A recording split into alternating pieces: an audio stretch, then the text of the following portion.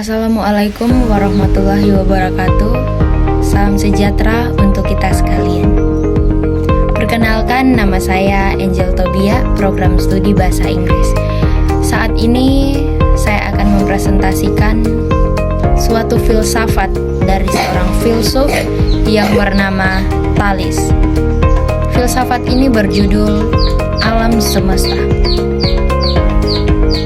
Thales menyatakan bahwa alam semesta memiliki asal-usul. Dari mana asal-usul alam semesta ini? Jawabannya adalah air. Menurut Thales, alam semesta ini tersusun dari substansi yang sama, yaitu air. Semuanya berasal dari air dan akan kembali menjadi air. Panas dapat mengembalikan logam ke dalam keadaan cair. Air menunjukkan perubahan yang dapat dirasakan lebih jelas daripada unsur-unsur lain yang disebut dan dapat dengan mudah diamati dalam 3 keadaan: cair, uap, dan es. Air dapat terbentuk dari tanah. Dapat dengan mudah diamati bahwa air memiliki kapasitas yang mengental menjadi tanah. Air pun adalah sumber kehidupan bagi manusia.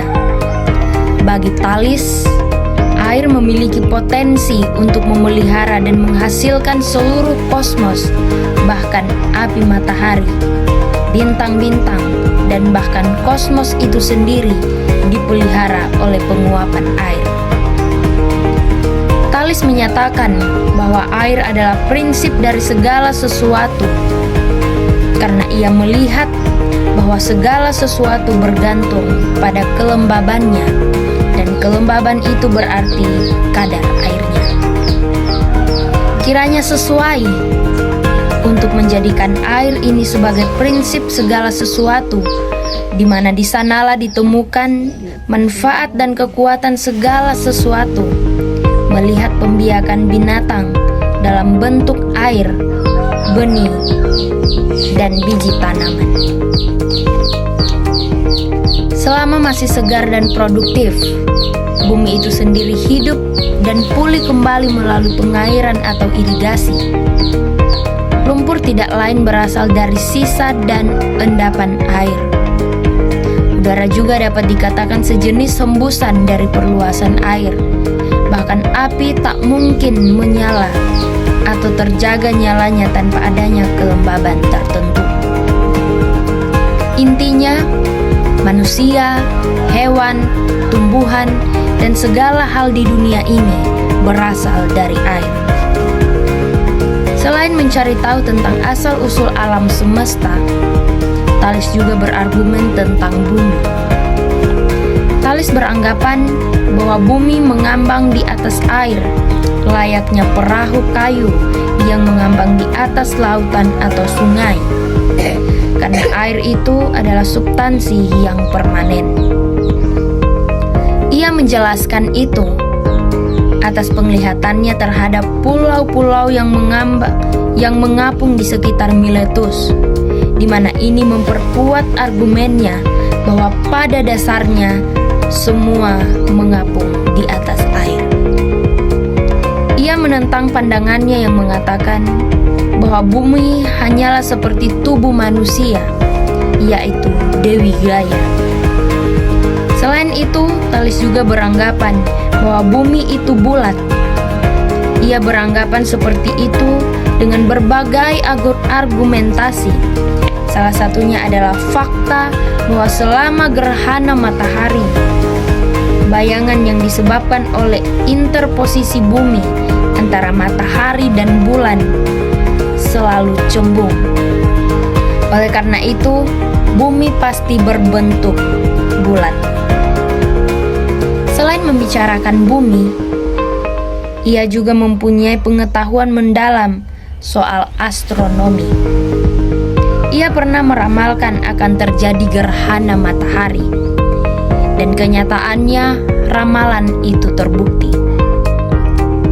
Karena pada 25 Mei 185 sebelum Masehi, terjadi gerhana matahari yang terjadi bersamaan dengan perang di Asia Minor yang dikenal sebagai pertempuran gerhana. Lalu bagaimana pandangan Thales tentang jiwa? Menurutnya, semua hal memiliki jiwa. Tidak hanya makhluk hidup, tetapi juga benda mati. Kepercayaan Thales ini didasari oleh pengalamannya. Setiap manusia, hewan, tumbuhan memiliki jiwa. Karena mereka dapat bergerak dan berinteraksi satu sama lain. Benda mati pun memiliki jiwa. Ia mengatakan tentang batu magnet yang jika digosok sampai panas dapat menarik barang yang berada di sekitarnya seperti besi.